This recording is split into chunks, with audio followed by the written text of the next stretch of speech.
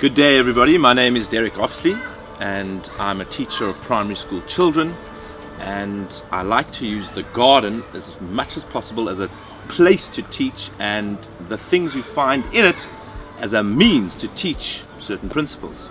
Today we're talking about propagating cuttings, or an interesting plant that you've seen somewhere that you would like to bring into your garden. I've brought some Spekboom along today, and because it's an incredibly hardy plant, it's a fantastic plant because it absorbs carbon from the atmosphere.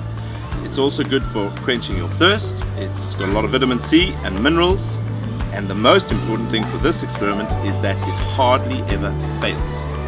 On the table are the materials that you need. Some Spekboom snippets. I've broken them off the plant at various points. We have the insides of a toilet roll, the cylindrical cardboard part, and some newspaper. All you do is cut off a piece of newspaper. This I'm going to fold double. There we go. We have our cylinder from the toilet roll. Match that lip with the edge of the cardboard and roll. Keep it quite tight if you can. It's gone round almost twice.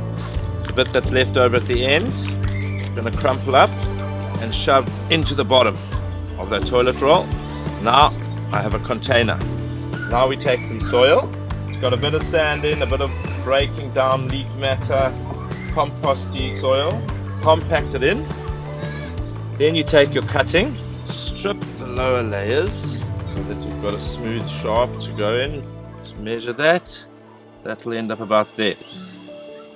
In the middle, gently, just pushing it down. That's about 2/3 of the way in.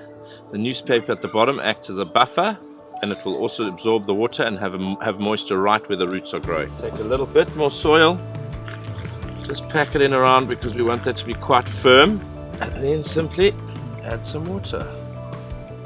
Doesn't matter if it overflows, doesn't matter if it spills over. If anything, that's just going to stick this newspaper nicely. This is all biodegradable, newspaper, cardboard. When you pop it in the soil, simply dig a hole, put the soil around it. The cardboard, the newspaper will break down in time. In fact, the cardboard will even keep the snails at bay for the beginning. Then what you do is you take a container, such as this box here, pop it in the corner, and you're ready for your next one. These are pre-done with the newspaper already. And we'll take some pelargonium.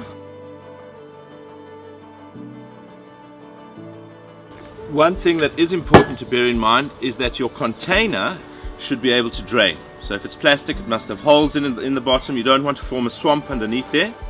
Having said that, now these are in, they're planted. Now what do? You've got to wait for the roots to form. So you just make sure that they have enough sunlight on a windowsill where they get it maybe minimum of 6 hours a day, and then just keep them moist. Within a couple of weeks the roots would have already started forming. A month or two, definitely they're ready to plant. So what I've shown you today is a really simple step-by-step way of propagating Spekboom plants.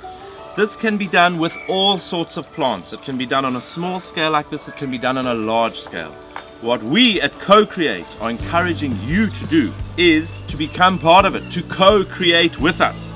So yes, start with a few Spekboom samples, go a little bit bigger, go out into your gardens, and then further than that, come and join us as we start to green various areas of our neighborhoods and extending further and further afield.